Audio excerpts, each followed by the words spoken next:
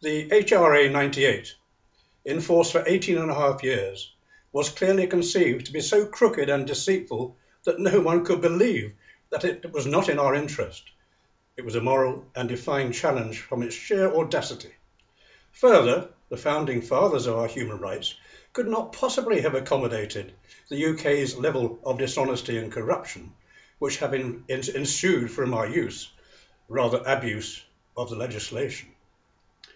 As an EU citizen, I have just been refused application to the European Court of Justice for them to deliberate upon the HRA 98's compatibility with the 1972 treaty. This referral can only be done by the nation state or from the UK courts.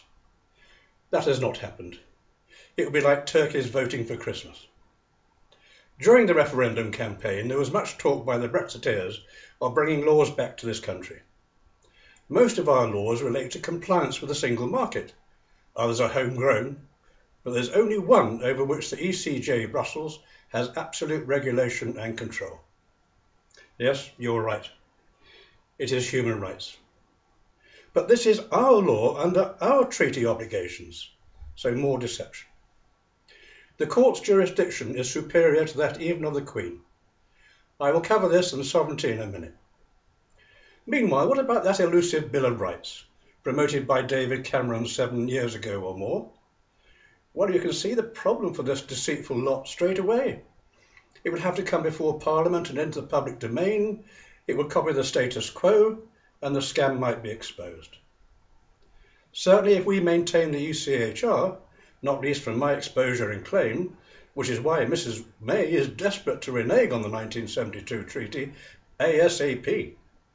So with that out of the way, Mrs. May and co are then free to exercise unfettered power. That brings me to sovereignty. During the referendum, besides our laws, we had migration and the sovereignty as issues. Much of the migration question has been debunked, and there's bound to be a compromise. With regard to sovereignty, this is another dollop of deception and dishonesty. Her Majesty is the sovereign Queen. She has no executive power. Indeed, she is told what to do by the executive. But she does have control over two aspects. Firstly, she appoints persons to the Privy Council and accepts members of Parliament under instruction. Secondly, she appoints the judiciary and is the only person who can remove them. In practice, this means that there is a sub-tier of the elite, appointed by the Queen, but who are wholly accountable to themselves. They are what I describe as joined in the hip in a club, which meets in secret and is completely undemocratic. Only this last September, Lord Neuberger admitted that the Privy Council has supremacy over the Supreme Court. The sovereignty which the main Brexit campaigners were talking about was their own. Further, you can now see why the political Remainers could not refute so many of the lies. It is all smoke and mirrors, isn't it? Additionally, you can now understand the connection between the laws and sovereignty.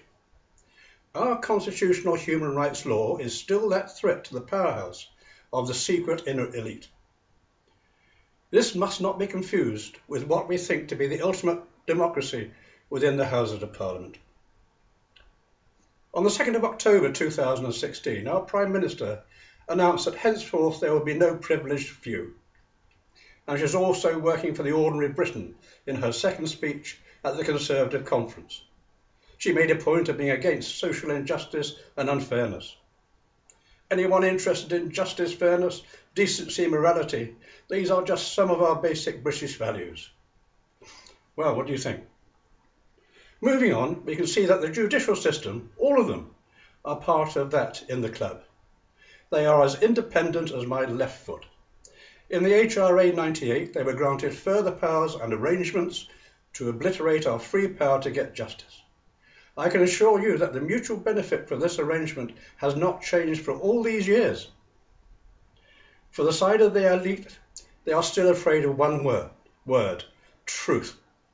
It is the enemy of deception and dishonesty, and can appear in nasty exposures. I will come back to that in a minute. Meanwhile, let me draw your attention to another revelation. All those gifted powers to the judicial system were made on a subcontract basis, not as an agency where the principal is responsible for the agent.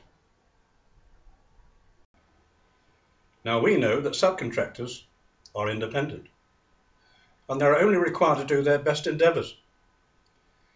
But then the judiciary are only accountable to the Queen, and technically this means that our courts are administrative only, not proper ones at all. That means that all our decisions within them can be deemed to be potentially unsafe.